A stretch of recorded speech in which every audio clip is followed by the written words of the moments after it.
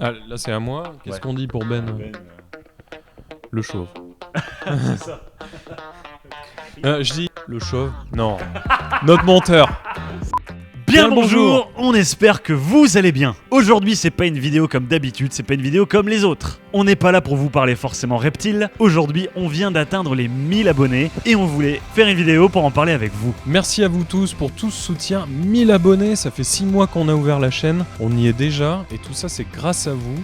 Grâce à vous pour tout le soutien durant ces premiers mois de vidéos et puis aussi pour tout le teasing qu'on avait fait avant de lancer la chaîne. Vous étiez là, vous êtes de plus en plus, c'est extra. Et même sur les autres réseaux sociaux, pour en parler aujourd'hui, on a dépassé les 600 followers sur Instagram. Vous allez me dire c'est pas tellement, mais pour nous, on vient de démarrer, c'est vraiment top. On est presque à 2000 followers sur TikTok et on a déjà un réel qui a dépassé les 92 000 vues. Et ça, c'est notre chère petite Nathalie. Bah vas-y, on la remet. Bon allez, on vous la remet. Regardez un petit peu du coup ce que ça donne un peu de sociabilisation des lézards. Hop, salut Nathalie, ça va? Allez, viens. Hop. Aujourd'hui, on tenait vraiment à faire quelque chose, on souhaitait se présenter en bonne et due forme. Alors, pas Mathieu et moi, parce que vous nous connaissez déjà, on s'était déjà présenté rapidement au tout début de la chaîne. Malheureusement, on te connaît, ouais. Ouais, mais en tout cas, c'est plutôt le staff qui a autour de Loma, les personnes qui nous ont aidés au niveau technique tout autour, parce qu'on a parlé beaucoup de moi, entre guillemets, derrière la caméra, mais il y a plein de monde, et c'est l'aide qu'ils nous apportent, qui nous ont permis d'arriver là où on en est aujourd'hui. Et ouais, Loma Wild, en fait, c'est pas juste Jason et moi, c'est toute une équipe. Ça, on vous l'avait brièvement introduit dans la vidéo Le projet Salle Tropicale, je vous mets le lien juste au-dessus. Mais vous les avez peut-être déjà aperçus sur la vidéo de la bourse d'hiver de Béthune, où on a vu Ben, par exemple. Vous savez, ce cher Ben qu'on aime bien clasher parce qu'il a plus aucun poil sur le caillou. Bon allez, Jason et moi, vous connaissez déjà. Alors, roulement de tambour, la première, ce sera plus féroce que le plus féroce des crocodiles, notre soigneuse salle tropicale, Florine. Je peux lancer le micro-cravate ?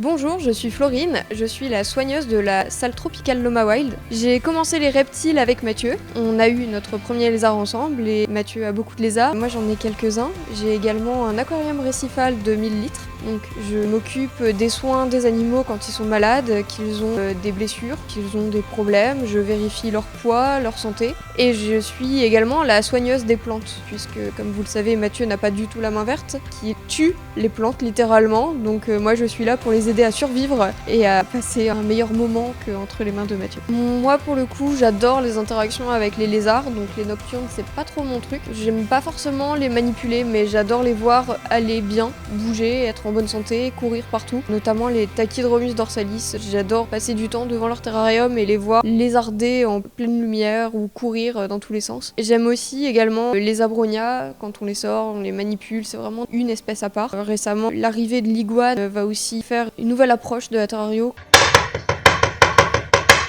que je voulais explorer et que je vais apprécier explorer dans la suite. J'adore également les couleurs des lézards. C'est notamment ce que j'aime aussi chez les poissons, d'avoir une multitude de couleurs et de graphismes différents. Et j'adore prendre soin de mes petits protégés. Donc moi, c'est Florine, la soigneuse de Loma Wild. Force à vous. Et ensuite, Ben, notre monteur, qui nous fait des vidéos de qualité. C'est ça Ben, c'est notre monteur, c'est notre cadreur, c'est notre ingé son, c'est notre tout. Il fait tout. Si, pas tout ce qui va être pour la logistique et tout. Mais tu sais, tu te fous de ma gueule là? Quoi? Ça tourne? Bah bien sûr. Ah pardon. Ça peut parler de moi. Il y a personne qui parle. Bonjour tout le monde, moi c'est Ben, donc j'ai 44 ans, je suis aide-soignant. Au début je m'occupais uniquement un peu du mixage du son pour aider Jason en fait, dans la partie technique. Et puis au fur et à mesure je me suis pris au jeu, j'ai commencé à développer un peu mes compétences. Ça m'a permis de m'attaquer au côté audiovisuel complet. Donc tout ce qui est l'éclairage, le placement des caméras, entre autres. Et maintenant ça me permet de piloter complètement le tournage en fait. Donc en fait je suis l'homme de l'ombre de Loma, je suis toujours derrière la caméra. Pourtant vous avez dû entendre parler de moi assez souvent je pense, je suis assez souvent clashé. Alors la pire facette de Loma c'est de supporter Mathieu, il est insupportable. Donc je m'occupe aussi de toute la partie montage de Loma Wild. Je la fais avec Mathieu, généralement il finalise en fait le montage. C'est pour moi une expérience humaine très intéressante. En plus il y a le côté technique aussi, j'ai appris énormément de choses. Au niveau de la salle tropicale, je m'occupe plus de la partie logistique en fait. C'est un monde que je ne connaissais absolument pas. J'avais déjà fait d'élevage de chiens, je ne connaissais pas du tout les reptiles. Petit à petit je m'y suis intéressé, j'ai trouvé ça très attachant. J'ai vu qu'il pouvait y avoir un contact en fait que je pensais pas possible entre les reptiles et les êtres humains. Donc bref, moi c'est Ben, je suis le moteur de Donc bref, moi c'est Ben, je suis le monteur de Loma Wild. Force à vous.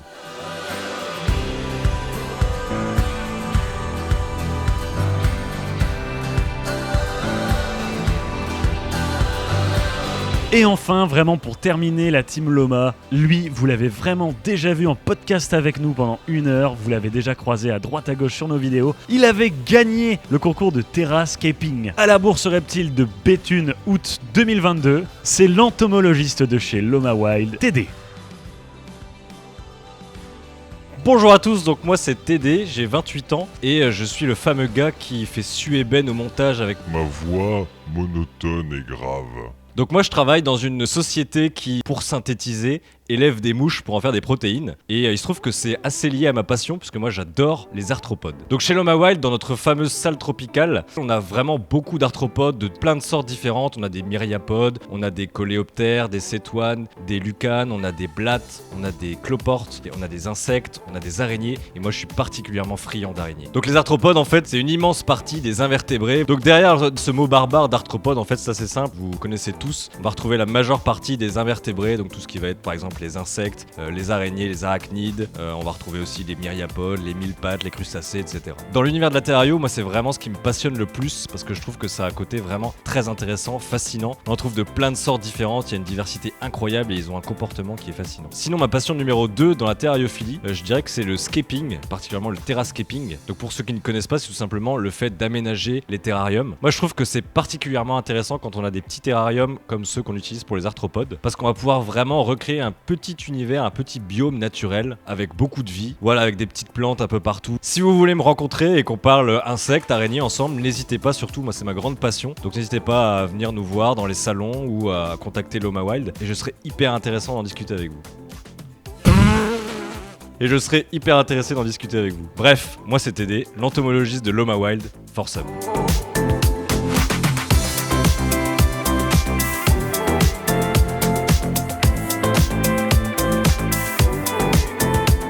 Oh et bien sûr faut pas l'oublier, on a oublié quelqu'un Jason. Oui, on a oublié notre mascotte Midzi. Midzi, notre petit Midzouille, c'est le chat de Loma Wild. Vous l'avez vu lui en train de faire la Java sur mes épaules parce que c'est lui le vrai président de Loma Wild. Président de tout, c'est un chat, c'est le roi ici littéralement. C'était la vidéo où on vous présentait tous nos bébés, on vous met le lien juste au-dessus.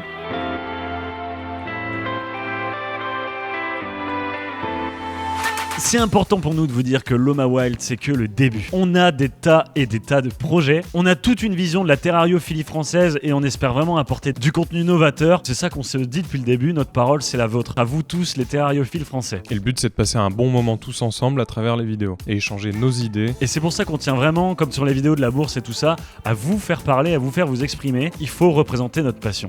Et pour vous impliquer davantage, on a encore investi dans du matos. Maintenant, on peut vous faire des lives, on peut faire plein de choses. On est aussi présent dans plusieurs salons de France sur la terrariophilie. Et ces bourses et les différents goodies qu'on présente à la vente, etc., c'est aussi une solution pour vous de nous soutenir. Il y a d'ailleurs un lien Tipeee juste en dessous dans la description. Mais bref, on va pas s'attarder là-dessus. En termes de reptiles, en termes de choix d'animaux, de rencontres et de visites, vous n'avez encore rien vu. On est en train de travailler sur des nouvelles infrastructures pour les reptiles et sur un projet encore plus grand. On est qu'aux prémices, mais il y a toute une histoire de fédération. Et pour les fans de la première heure, il y a une vidéo qui n'existe plus où on en parlait déjà. On met vraiment tout notre cœur et toute notre énergie dans Loma Wild et on essaie de faire notre maximum pour que le contenu soit de qualité. Avant de terminer cette vidéo par une partie FAQ, où en fait je vais répondre à toutes vos questions que vous m'avez posées depuis tout ce temps, on a une annonce à vous faire. Oui, une annonce de ma part. J'ai passé des moments incroyables avec vous tous ces derniers mois, à lancer cette chaîne avec Mathieu, tous ensemble, toute l'équipe, à avoir passé des bons moments avec vous à travers les commentaires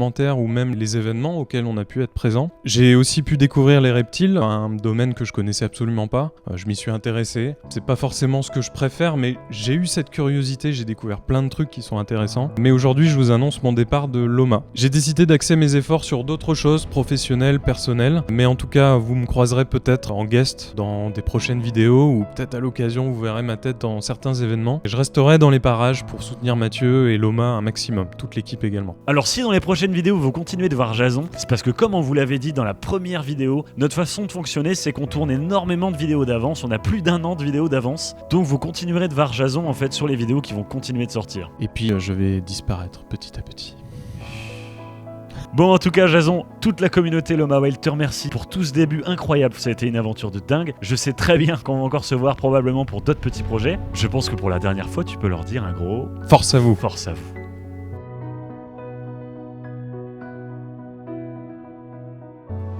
Hello, bienvenue dans cette foire aux questions. Je vais passer ici un peu de temps avec vous pour répondre à vos interrogations. Alors, question numéro 1. Quel est ton premier reptile?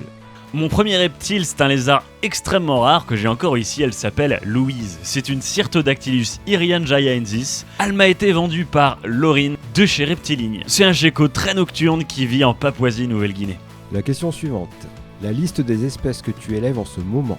On en a vraiment pas mal, il y a beaucoup d'agamides arboricoles, beaucoup de gonocéphalus, on a du varan, on a du cinq, on a des amphibiens, on a plein d'invertébrés. Suis la chaîne YouTube et tu les découvriras tous un par un. Quelle espèce souhaites-tu acquérir prochainement? Je souhaite acquérir tout ce qui est possible d'avoir en termes de gonocéphalus. Aussi, si vous arrivez à me trouver un Goniosoma margaritatum, je suis preneur. Quel est l'animal que tu rêves d'avoir? L'animal que je rêve d'avoir, on vient de le dire, Goniosoma margaritatum, un serpent extrêmement rare du genre Goniosoma.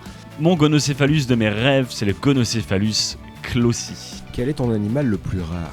C'est probablement Louise, mon Cyrtodactylus irianjayaensis.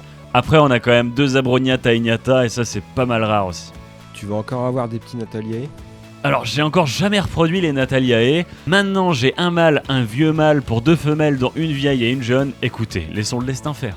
Que mange un gonocéphalus? Les gonocéphalus sont insectivores, ils mangent donc une grande diversité d'insectes. N'oubliez pas de diversifier au maximum les espèces d'insectes que vous donnez. Donc nous on a 3 espèces de grillons, 2 espèces différentes de criquets, on a une multitude d'espèces de blattes, on a aussi des forficules et de temps en temps des insectes du jardin.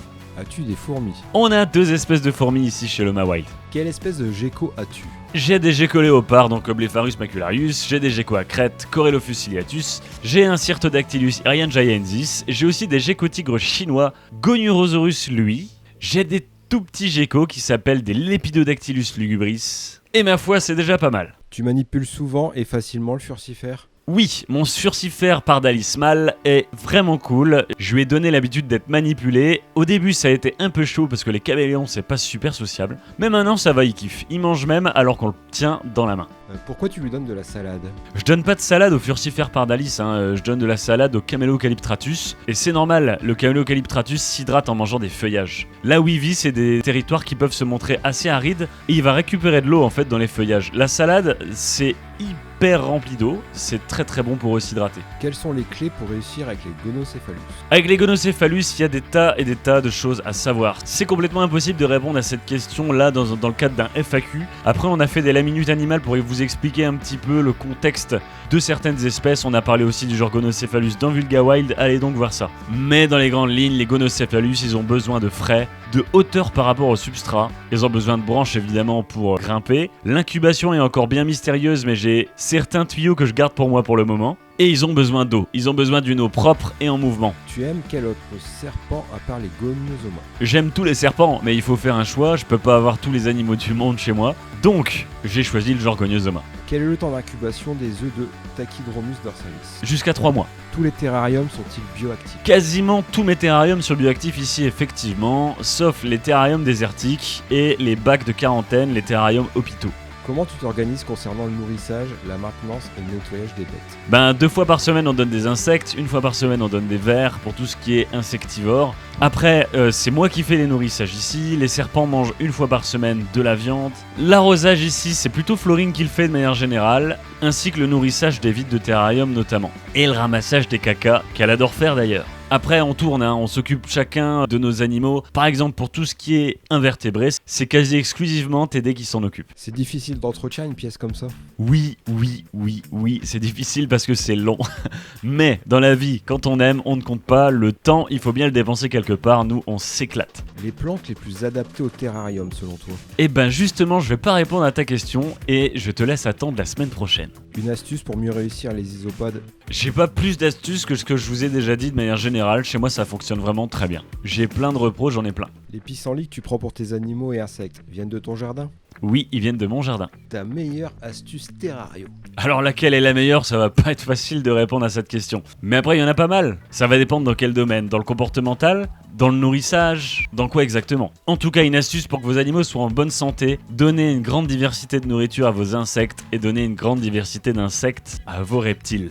Quel terrarium pour un Acanthurus? Alors écoute, moi j'ai pas d'Acanthurus. Maintenant ça va dépendre de l'âge qu'il a. Évidemment quand il est jeune, il lui faut un petit terrarium et en grandissant de plus en plus grand. Je dirais que le minimum serait d'un 120, 45, 60. Combien de temps pour faire ta pièce? On a commencé à faire la pièce en 2021. Y a-t-il une hype du bioactif et certains en profitent-ils? Alors une hype je sais pas, c'est effectivement assez à la mode, mais c'est pas à la mode juste pour un effet de mode, c'est juste que c'est super bien en fait. La maintenance pour des Tachydromus dorsalis. J'ai fait un épisode complet, la minute animale, pour parler des Tachydromus dorsalis, va voir ça.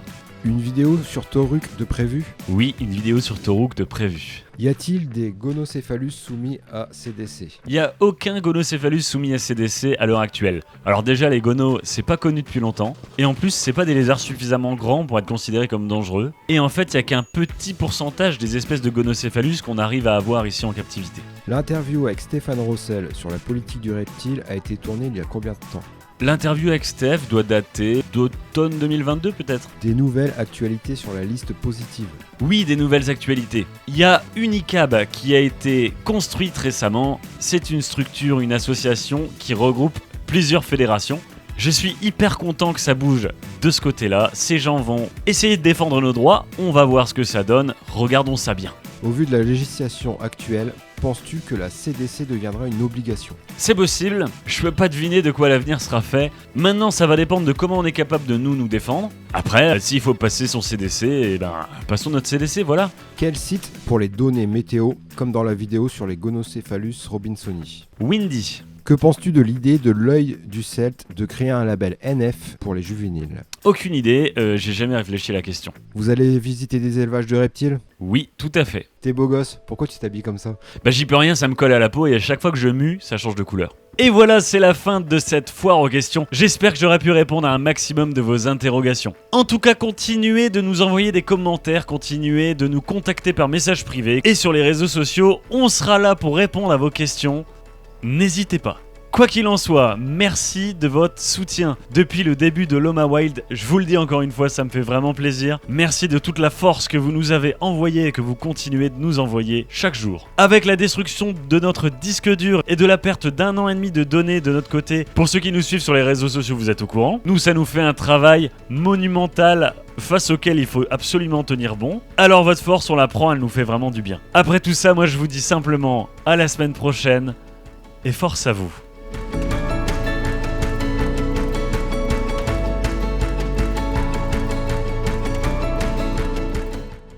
Araignée. Il me fait rire. Non, mais non, tu me dis pas ça. Non, c'est bon, c'est bon. Elle vient du grec arton, qui veut dire segmenté, comme le corps segmenté.